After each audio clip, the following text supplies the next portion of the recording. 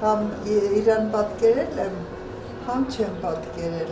Երևանի սրտում գտնվող տան պատշգամբում մանկաբարձ գինեկոլոգ Անժելա Թամազյանը ցույց է տալիս այն կտավը, որում պատկերել է ամուսնուն, հայտնի վիրաբույժ Համլետ Թամազյանին։ Նկարում ներկայացրել է մի հատված իրենց զրույցից տարիներ առաջ բնության գրկում։ Ասեց,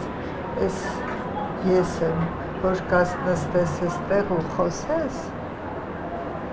ես քեզ կլսեմ։ Ուզեցի կատակի տայի, որ բայց ուզիչ բան էր,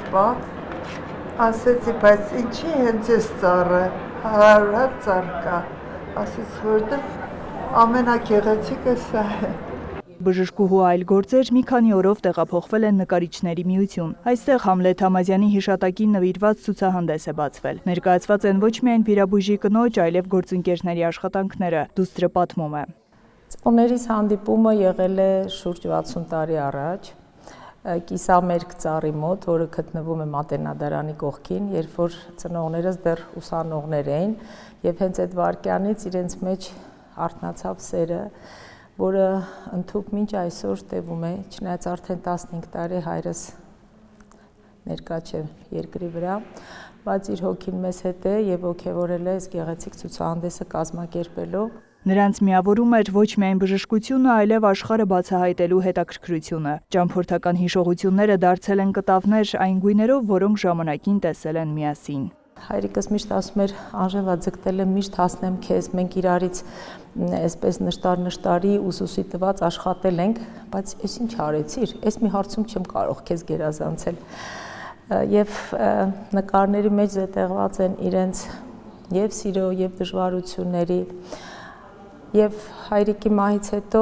մայրս ընդամենը 3 նկար է նկարել։ Ցուցահանդեսի մտահղացումը բժիշկ ընկերներից Գագիկ Շահվերդյանինն է։ Նկարների կողքին ներկայացված են նաև բժշկի դստեր ու թորների ստեղծագործ մտքերը։ Նախ մարդուն ճանաչում էր, մարդուն երբ որ ճանաչում ես, քեզնից էլ պետք չի որ արհեստականորեն սկսես հարգել եւ այլն։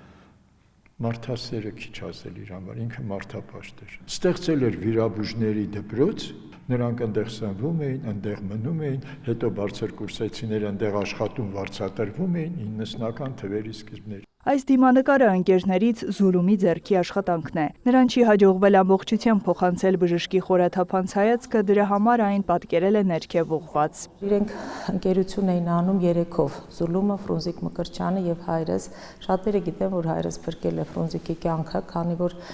արունահոսության գագաթնակետին շատ կլինիկաներ հրաժարվում էին ընդունել եւ վիրաբույժներ, ովքեր որ կարող էին ռիսկի դիմել եւ